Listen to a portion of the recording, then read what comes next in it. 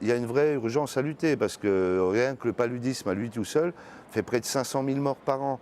La dengue, le chikungunya, le Zika, toutes les maladies transmises par les moustiques, si on les cumule, c'est presque 1 million de morts par an. On perd 1 million de personnes chaque année du fait des moustiques. Donc il y a une vraie urgence sanitaire à s'occuper de ces choses-là.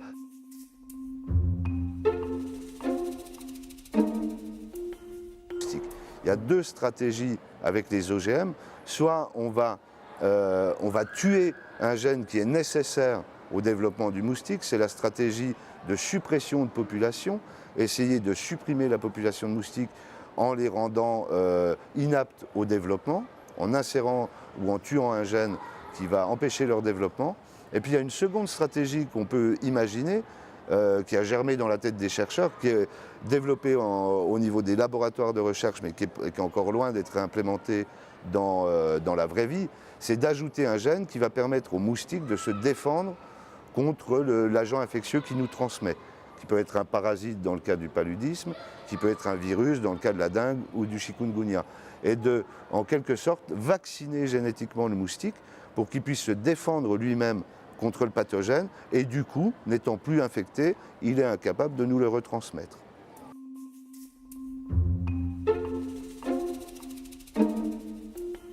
Il y a une seule sorte de moustique OGM qui a été développée par une firme américaine qui s'appelle Oxitec. On a rendu les moustiques dépendants de la tétracycline.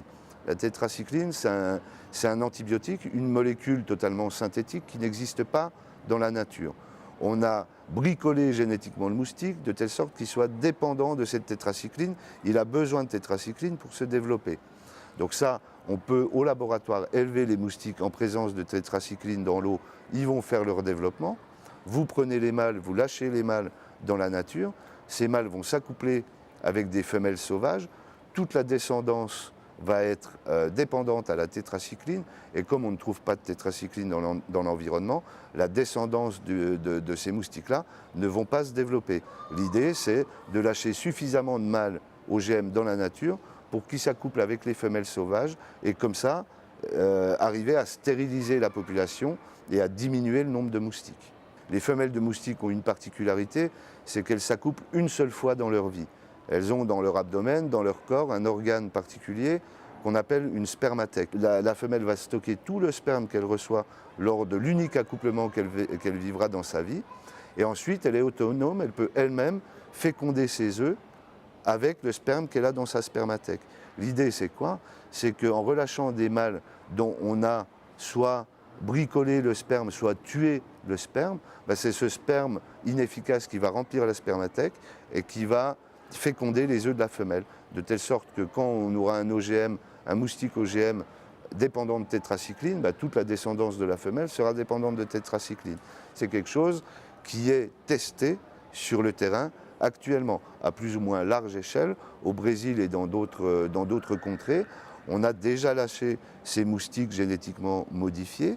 On s'aperçoit effectivement qu'on a une diminution de la densité de moustiques, du nombre de moustiques, mais on n'arrive pas à les diminuer suffisamment avec cette méthode utilisée seule pour éviter le risque de transmission. Il y aurait suffisamment dans l'environnement des moustiques pour assurer la transmission. D'ailleurs, cette méthode de lutte a été mise en place au Brésil, exactement là où l'épidémie de Zika a commencé. Donc vous voyez qu'on n'a pas été capable de juguler l'émergence de Zika au Brésil avec cette technique uniquement.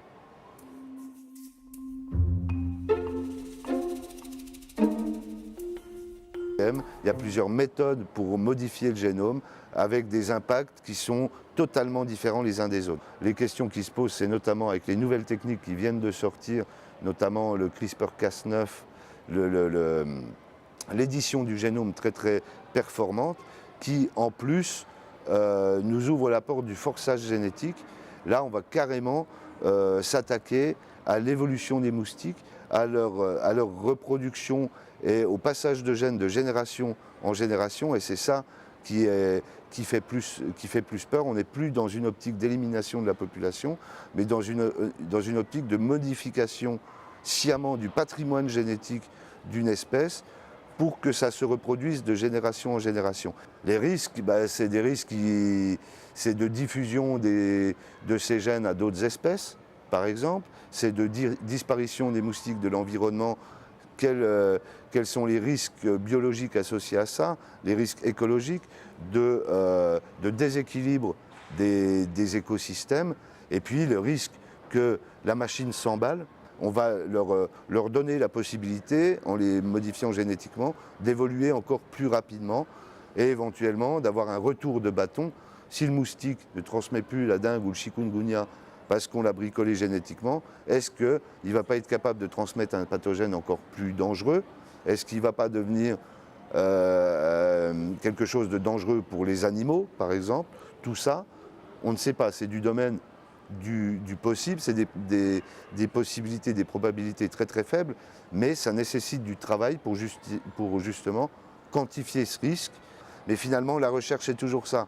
C'est de jamais répondre oui à 100% ou non à 100%, mais toujours se poser des questions pour faire progresser la machine.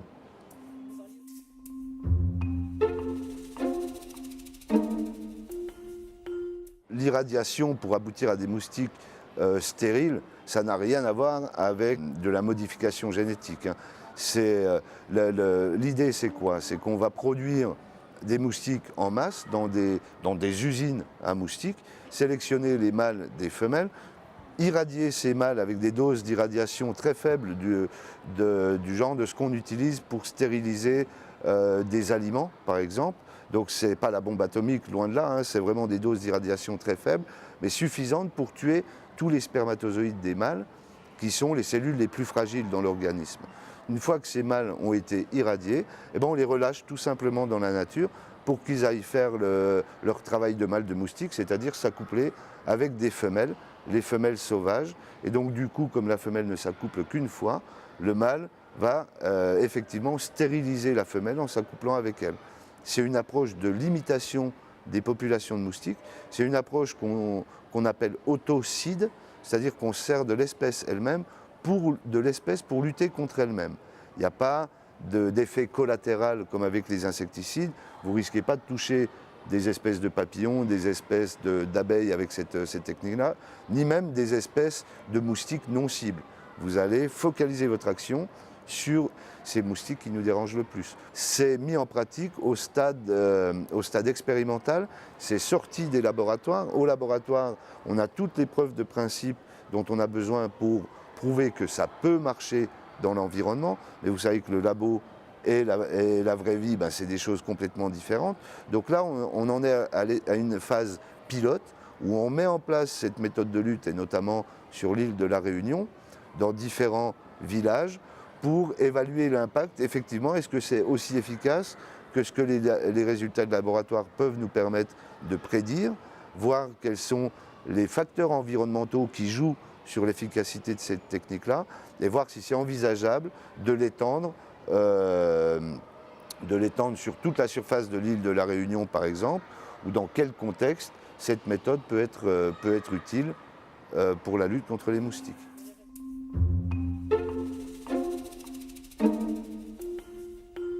Les moustiques OGM, c'est une opportunité, mais on travaille aussi au développement de nouvelles formulations d'insecticides, même si on ne développe pas de nouvelles molécules insecticides, de nouvelles manières de les rendre biodisponibles pour les moustiques sont à l'étude.